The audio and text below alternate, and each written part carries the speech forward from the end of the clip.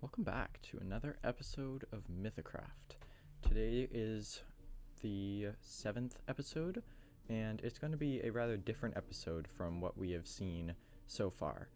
Today's episode, the footage is obviously just Bed Wars, because what was actually going on during this episode was not especially interesting to watch. It was just me and Stolt theorizing and coming up with a new game that's server wide.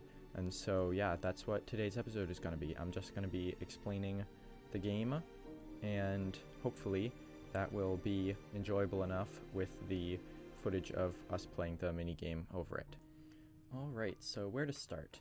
The minigame is kind of like the game Infection, the variant of tag, where if one person gets tagged, they try to tag other people, and eventually there's only one person left who hasn't been tagged, and that person wins. So basically that's the basis of this game, except we've just kind of modified it to be in Minecraft. So basically what it's going to be is we're going to have a bunch of people join, and they each put in a diamond block, and then we're going to have a ceremony where we each click a button above a dispenser, and we have a chance of becoming the infected person.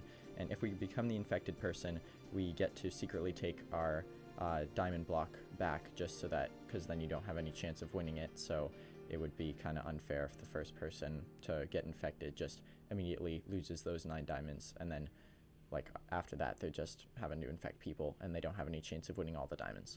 So basically we just have so that's the basis of how you sign up, and then we're going to have spectral arrows as the way of infecting people, but not exactly in the way you'd probably imagine. So what we're going to be doing is the person that's infected will have spectral arrows, and they will try to shoot them at people, but rather than trying to hit the person, they need to try to get it into the person's inventory. So that means it has to land near the person enough for them to pick it up, but it can't hit them, or else they'll take the arrow and it'll just disappear. It won't go into their inventory.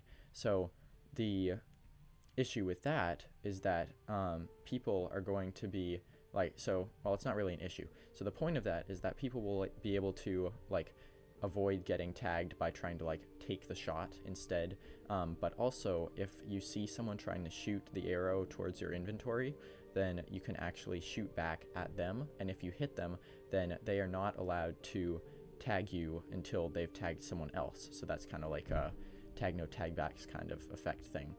And so that's just how that's going to work, and we're just going to go until one person is remaining, and when that one person is remaining, they will win all of the diamonds.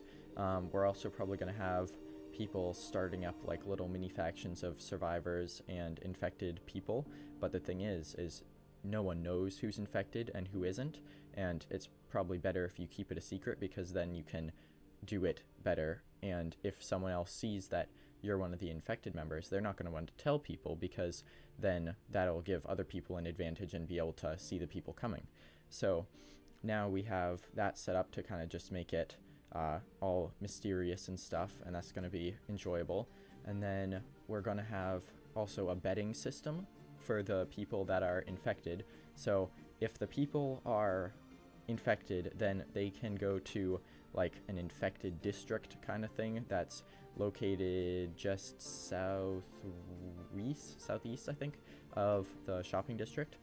And so in that district there is the place where people can bet, and what you do to bet is you just put in the bet on who you think is going to win the game, and in the end the people win diamonds if they did it, but only infected people can bet on who's going to win the game.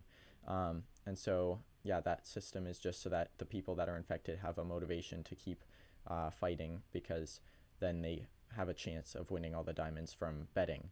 So that's going to be interesting, hopefully. Yeah, so pretty much we just have all that going on, and then it's going to be really interesting to see how it plays out. I really hope people get into the game and actually try to do stuff, because if they don't, that'll just be really unfortunate. But yeah, I think it'll be pretty cool. And so in a second you'll be able to see the little area I made to put the diamonds and like where you sign up and everything. And so in that area, we're just going to have everyone sign up. And so far, quite a few people have signed up, but hopefully we'll be able to get almost every active player on. That would be ideal, but we'll see how that goes.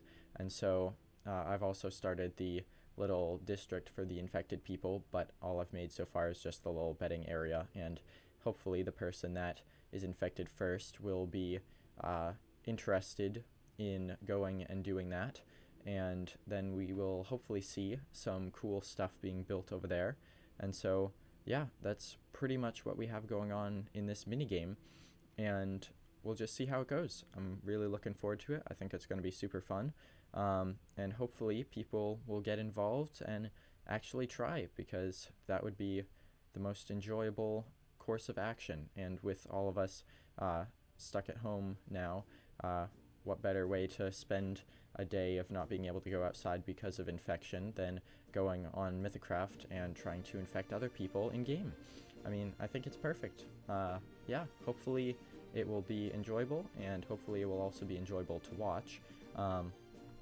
But also, just a note is that you'll probably notice that episodes will start being called DNI or DI, which stand for does not include or does include, and obviously that's standing for the like this episode is including something about the minigame, or this episode is including something about the minigame, just so that other people from the realm that watch these videos, hopefully they will not watch them if they include stuff about the minigame, because then it'll like spoil stuff. And if someone is infected that's making episodes and then someone else watches it, then suddenly they know who is infected. So that's just for our use as members of the realm, and can be pretty much ignored for anyone else unless they just are trying to watch only stuff involving the minigame or not including the minigame. So yeah, that is pretty much what has been going on for the past couple days on the realm. There was actually a lot of effort that went into designing this game, and hopefully people will enjoy the game and it will actually go well, because if it doesn't, that'll be sad. But yeah, hopefully you have enjoyed this episode of Mythicraft.